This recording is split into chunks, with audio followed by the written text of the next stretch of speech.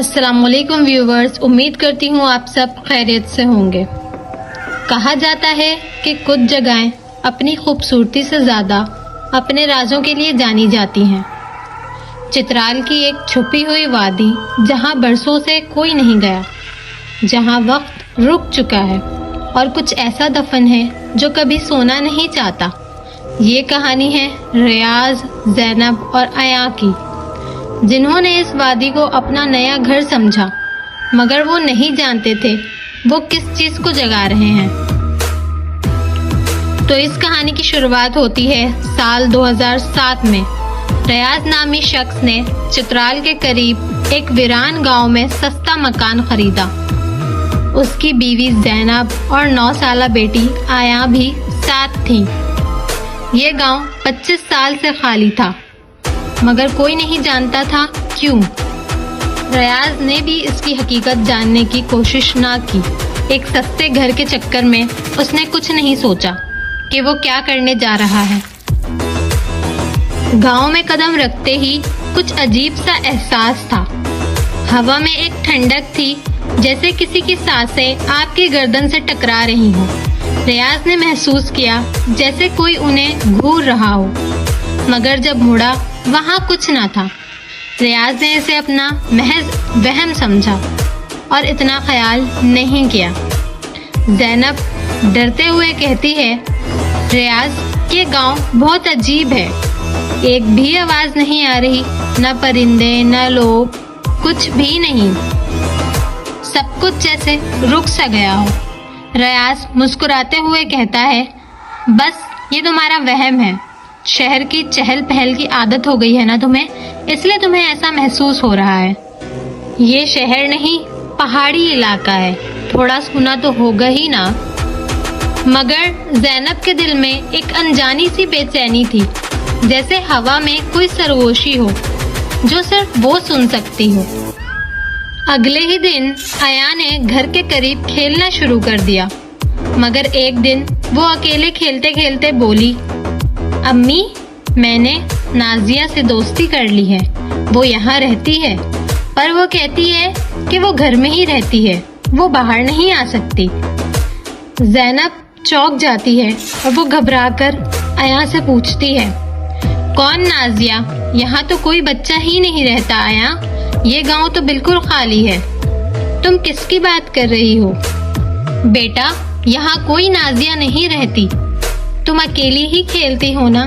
زینب نے چونک کر پوچھا، لیکن آیا نے کوئی جواب نہ دیا۔ زینب نے سمجھا شاید یہ ایک خیالی دوست ہے جو آیا نے اپنے خیالوں میں بنا لی ہے، مگر رات کو آیا کسی سے سرگوشی میں باتیں کر رہی تھی۔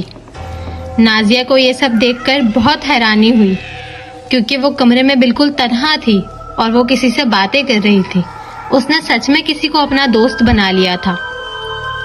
پھر اگلی رات سب سو رہے تھے کہ اچانک زینب کی چیخوں نے ریاض کو جگا دیا۔ کچن کے شیشے ٹوٹے ہوئے تھے اور دروازے اندر سے بند۔ زینب بہت گھبرائی ہوئی اور ڈری ہوئی تھی، وہ زاروں قطار رو رہی تھی۔ زینب دیوار سے لگی کانپ رہی تھی اور روتے ہوئے کہہ رہی تھی، وہ عورت، اس کا چہرہ نہیں تھا اور اس کے پاؤں الٹے تھے ریاض، وہ میرے بال کھینچ رہی تھی، وہ زمین پر نہیں چل رہی تھی، اس کے پاؤں الٹے تھے۔ ریاض اس کی یہ حالت دیکھ کر بہت گھبرا جاتا ہے اور ڈر سا جاتا ہے۔ ریاض جو اب تک سب کو وہم سمجھ رہا تھا، اگلے دن قریبی گاؤں کے ایک بزرگ مولوی صاحب کے پاس گیا۔ جب بزرگ نے ریاض کے گاؤں کا سنا، ان کا رنگ اڑ گیا۔ ریاض نے مولوی صاحب سے کہا، مولوی صاحب اس گاؤں میں عجیب چیزیں ہو رہی ہیں، میری بیٹی۔ مولوی صاحب گھبرا کر بولے، بیٹا وہاں مت جاؤ، وہ گاؤں لعنتی ہے۔ 25 سال پہلے ایک جادوگرنی عورت وہاں بچوں کی قربانیاں دیا کرتی تھی، آخری بچی کا نام تھا نازیہ، تب سے وہاں کوئی نہیں رہتا۔ اس کے بعد گاؤں کے لوگ یہاں سے بھاگ گئے اور تم اس کی لعنت کو جگا چکے ہو۔